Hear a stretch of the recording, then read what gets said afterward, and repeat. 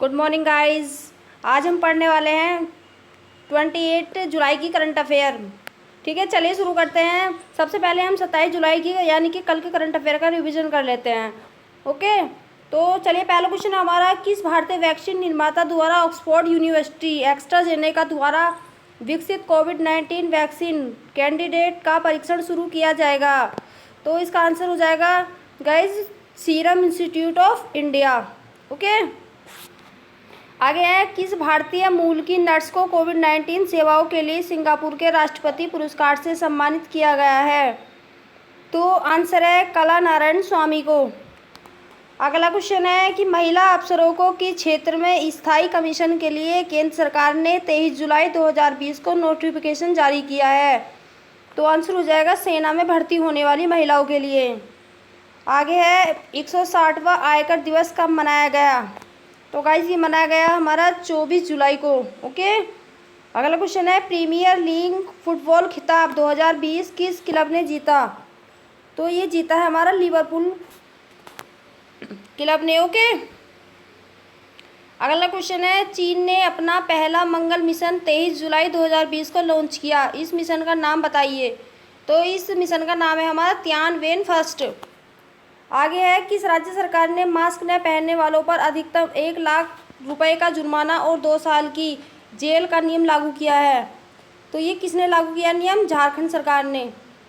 हाल ही में किस राज्य में वहाँ का पहला प्लाज्मा बैंक स्थापित किया है? तो वह कौन सा राज्य है? हमारा राजस्थान है। ओके, भारत किस देश के सहयोग से कोविड-19 के लिए 30 सेकंड की रैपिड टेस्टिंग किट विकसित कर रहा है? तो वह देश है हमारा जिसके सहयोग से हमारा देश 30 सेकंड की रैपिड टेस्टिंग किट का विकास कर रहा है, वह हमारा इजराइल। ठीक है, यह हो गया हमारे कल के क्वेश्चन। और आज का हमारा पहला क्वेश्चन है कि निम्न में से कौन सा कथन सत्य है? 17 जुलाई 2020 को समाप्त हुए सप्ताह के दौरान भारत का विदेशी मुद्रा भंडार 1.2 बिलियन डॉलर की वृद्धि के साथ 517.637 अरब डॉलर तक पहुंच गया है। आगे है, विश्व में सर्वाधिक विदेशी मुद्रा भंडार वाले देशों की सूची में भारत 5वें स्थान पर है। इस सूची में चीन पहले स्थान पर है।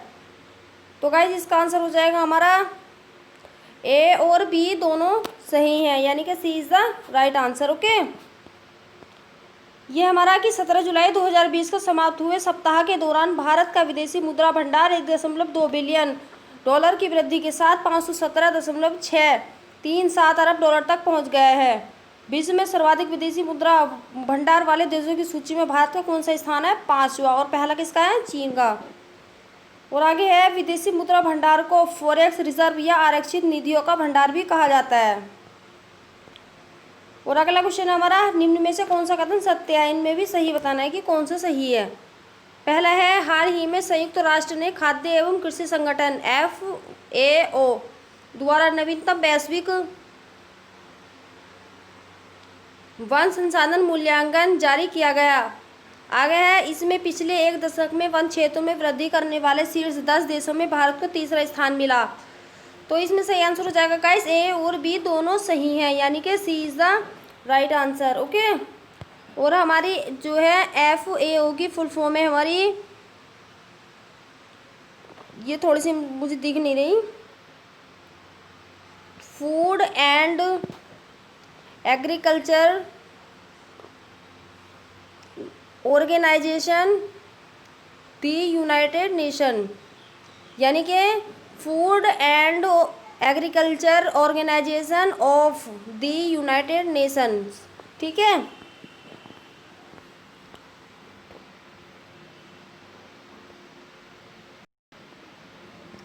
अगला क्वेश्चन है हमारा,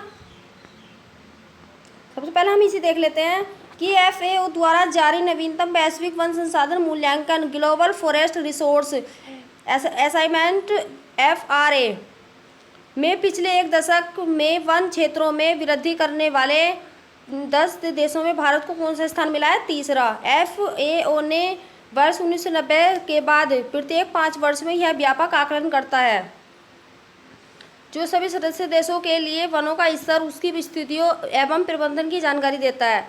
FRA 2020 के अनुसार शीर्ष 10 देशों ने वर्ष 2010 से 2020 के दौरान वन क्षेत्र में सबसे अधिक औसत वार्षिक शुद्ध लाभ दर्ज किया है, जिनमें चीन, ऑस्ट्रेलिया, भारत, चिली, वियतनाम, तुर्की, संयुक्त राज्य अमेरिका यानी यूएसए, फ्रांस, इटली एवं रोमानिया शामिल हैं। ठीक है, आगे हमारा कि एशियाई महाद्वीप ने वर्ष 2010 से 2020 में वन क्षेत्र में सबसे अधिक शुद्ध वृद्धि दर्ज की है। विश्व स्तर पर 12.5 मिलियन लोग वानिकी क्षेत्र में कार्यरत थे, जबकि इसमें से 6.23 मिलियन अर्थात लगभग 50% सिर्फ भारत में कार्यरत हैं। ओके, अगला क्वेश्चन हमारा, हाल ही में किस स्पेस एजेंसी ने ब्रह्मांड का अध्ययन करने के लिए अंटार्कटिका से एस्ट्रोनॉट्स मिशन लॉन्च करने की घोषणा की है? तो किसने की है घोषणा? नासा ने, यानी कि जो नासा हमारी स्पेस एजेंसी है यानी अंतरिक्ष एजेंसी, तो उसने घोषणा की है कि एस्ट्रोस मिशन लॉन्च करने के लिए। ओके, एस्ट्रोस का पूर्ण स्वरूप है कि astrophysics stratospheric telescope for high spectral resolution observation as sub millimetre wavelengths है। ओके, यानी कि astrophysics stratospheric telescope for high spectral solution observation as sub millimetre wavelengths. अगला पॉइंट है कि नासा के एस्ट्रोस मिशन का उद्देश्य है घनत्व, गति और गैस की गति का 3D मानचित्र बनाना है। नासा दिसंबर 2023 में अंटार्कटिका से एस्ट्रोस मिशन लॉन्च करेगा। कब करेगा? दिसंबर में 2023 में। ठीक है, यह मिशन 3 सप्ताह तक महाद्वीप के ऊपर वायु धाराओं का अध्ययन करेगा। यह मिशन विशालकाय तारों की अनसुलझी पहेलियों और मिल्की वे गैलेक्सी में उनके गठन के बारे में उत्तर प्राप्त करेगा। ठीक है, और अगला क्वेश्चन हमारा कि भारत की पहली इन ऑर्बिट स्पेस मलबा निगरानी और ट्रैकिंग प्रणाली किसने विकसित की है? तो किसने विकसित किया गाइज? बुक ये हमारी दिगंतरा नामक एक स्पेस स्टार्टअप ने। ठीक है, यानी कि इज द राइट आंसर। ये हमारी के दिगंतरा नामक एक स्पेस स्टार्टअप ने भारत की पहली वन ऑर्बिट स्पेस मलबा निगरानी और ट्रैकिंग प्रणाली विकसित की है। यह system leader light detection and raising तकनीक पर काम करता है। यह सिस्टम अंतर्राष्ट्रीय अंतरिक्ष एजेंसी को अंतरिक्ष मलबे को ट्रैक और मैप करने में मदद करेगा। यह भविष्य के अंतरिक्ष अन्वेषण के प्रमुख खतरों को कम करने में सहायता करेगा। दिगंतरा भारत की पहली वायु और अंतरिक्ष निगरानी कंपनी है। कंपनी को 25 लाख रुपए का अनुदान मिला है। हाल ही में भारत सरकार ने उपग्रह और रॉकेट के निर्माण के लिए इसरो की सुविधाओं का उपयोग करने के लिए निजी फर्मों स्टार्टअप्स को अनुमति दी है। अगला क्वेश्चन हमारा कि भारत ने किस वित्तीय संस्थान ने वित्तीय स्थिरता रिपोर्ट जारी की है? तो किसने जारी की है? तो वो की है हमारी भारतीय रिजर्व बैंक ने, यानी कि आरबीआई ने। ठीक है, यानी कि B is the right answer. ये हमारा कि हाल ही में आरबीआई ने वित्तीय स्थिरता रिपोर्ट फाइनेंशियल स्टेबिलिटी रिपोर्ट का 21वां अंक जारी किया है। आरबीआई ने अनुमान लगाया कि मार्च 2020 में सभी बैंकों का सकल गैर निष्पादित परिसंपत्ति अनुपात 8.5% से बढ़कर मार्च 2021 तक 12.5% हो सकता है। सार्वजनिक क्षेत्र के बैंकों का जीएनपीए अनुपात मार्च 2021 में बढ़कर 15.2% हो जाएगा। आरबीआई की अर्धवार्षिक रिपोर्ट में भी कहा गया कि यदि आर्थिक स्थितियां और अधिक बिगड़ती हैं तो सकल गैर निष्पादित परिसंपत्ति यानी जीएनपीए अनुपात 14.7% तक भी पहुंच सकता है। ठीक है गाइज, अगला क्वेश्चन है, किस राज्य ने स्टार्टअप, ई कॉमर्स और अन्य कंपनियों को बढ़ावा देने के लिए डिजिटल इकोनॉमी मिशन को मंजूरी दी है? तो वह ऐसा हमारा कौन सा राज्य है जिसने डिजिटल इकोनॉमी मिशन को मंजूरी दी है? तो गाइस वह हमारा राज्य है कर्नाटक, यानी कि D is the right answer. ठीक है, ये हमारा कर्नाटक राज्य के बारे में। ठीक है, 23 जुलाई 2020 को कर्नाटक कैबिनेट ने कर्नाटक डिजिटल अर्थव्यवस्था मिशन के गठन को मंजूरी दे दी। यह मिशन कंपनी अधिनियम 2013 की धारा 8 के प्रावधान के तहत शुरू किया जा रहा है। शुरू किए गए मिशन के तहत कर्नाटक सरकार कंपनियों के 49% शेयर और बाकी 51% शेयर उद्योगों और अन्य हितधारकों के पास होंगे। अगला क्वेश्चन हमारा, नौवहन मंत्रालय द्वारा कितने समय के लिए जलमार्ग के उपयोग शुल्क को समाप्त किया है? तो कितने समय के लिए किया है? 3 साल के लिए, यानी कि C is the right answer. ठीक है, ये हमारा कि केंद्रीय नौवहन मंत्रालय ने घोषणा की कि उसने 3 साल तक की अवधि के लिए जलमार्ग उपयोग शुल्क माफ कर दिया है। अंतर्देशीय जलमार्ग को परिवहन के सस्ते साधन के रूप में बढ़ावा देने के लिए यह निर्णय लिया गया है। जल उपयोग शुल्क पहले सभी जहाज़ों द्वारा राष्ट्रीय जलमार्गों के उपयोग पर लागू था। इस छूट से 2022-23 तक अंतर्देशीय जलमार्ग यातायात परिवहन को बढ़ाकर 110 मिलियन मीट्रिक टन करने का अनुमान है। और अगला क्वेश्चन है हमारा कि राष्ट्रीय डेयरी विकास बोर्ड की हनी टेस्टिंग लेबोरेटरी का उद्घाटन किस राज्य में किया गया? तो किस राज्य में किया गया गाइज? वो किया गया हमारा गुजरात में, यानी कि D is the right answer. देखो ये पढ़ते हैं, केंद्रीय कृषि और किसान मंत्री कौन है हमारे?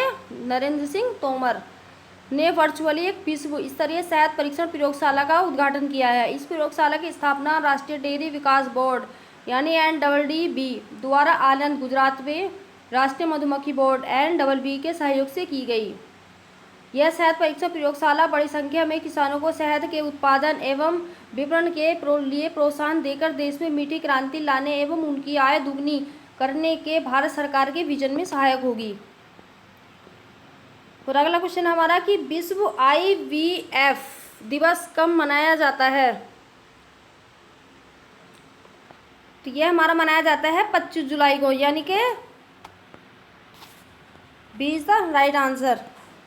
और ये हमारा क्यों मनाया जाता है ये हम देख लेते हैं कि हर वर्ष 25 जुलाई को विश्व IVF दिवस मनाया जाता है। यह बांझ के उपचार में इन विट्रो फर्टिलाइजेशन यानी कि क्या फुल फॉर्म है? IVF की इन विट्रो फर्टिलाइजेशन तकनीक के सार और महत्व का प्रतीक है।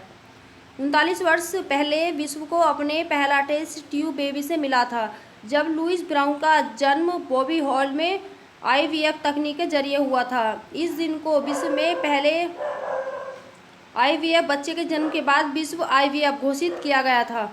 ठीक है, और अगला क्वेश्चन है, किस IIT ने 1 घंटे में कोविड-19 का पता लगाने के लिए रैपिड टेस्टिंग डिवाइस विकसित की है? तो वह किसने विकसित किया है? वो किया है हमारे गाइस IIT मद्रास ने। ठीक है, D is the right answer. Sorry IIT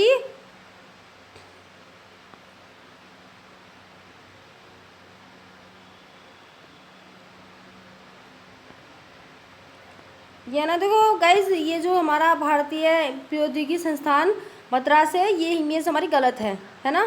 तो ये हो जाएगा हमारा IIT खड़गपुर, यानी कि C is the right answer. ठीक है, यानी कि पश्चिम बंगाल। कहाँ पे हमारी? पश्चिम बंगाल में स्थित है IIT खड़गपुर। ये कि IIT खड़गपुर के शोधकर्ताओं ने एक नई कम लागत वाली पोर्टेबल डिवाइस विकसित की है जो कोविड-19 परीक्षण का कर सकती है और 1 घंटे में परिणाम दे सकती है। नमूने का विश्लेषण करने के लिए डिवाइस एक डिस्पोजल पेपर पट्टी का उपयोग करती है और परिणाम एक मोबाइल एप्लीकेशन में उपलब्ध कराया जाता है। परीक्षण की लागत 400 रुपये से कम है।